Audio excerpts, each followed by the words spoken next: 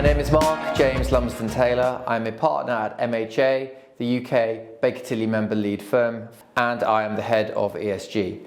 So today's budget, from an environmental perspective, was more of a statement of the environmental perspective rather than anything different. What today's budget was from an ESG perspective was almost a societal license for this government to move forward.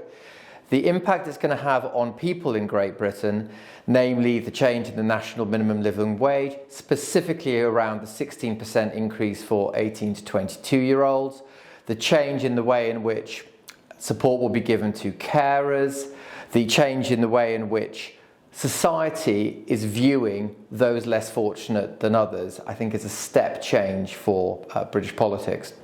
What the government didn't talk about was anything new around the environment. It's laudable that it was number 7 in her 7 pillars of her new budgeting strategy. That was good to see. However, the impact and the changes on taxation around oil and gas was something that was expected, coupled with the changes in the launch of Great British Energy in Aberdeen. And some of those investments in life sciences and automotive and the retention of the EV benefits signals something we already know. There were no great announcements, no great grandstanding of we are going to systemically change environmental policy in this country. I would describe today's budget from an environmental, social, but a governance perspective was interesting. The launch of the COVID Commissioner and the way in which she's going to regulate all departments in the government to reduce their spending by 2% will be regulated with a new budget office as well. I think she's taking governance very, very seriously. So I would summarise today as a UK ESG reset budget in some respects.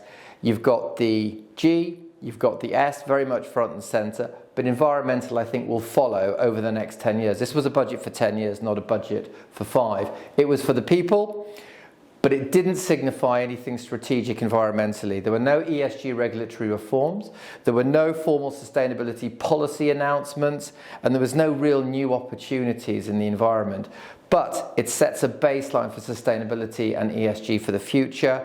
It's going to be kept under the radar, I think, in terms of the overall other big priorities. It's there, it's just not top of the list.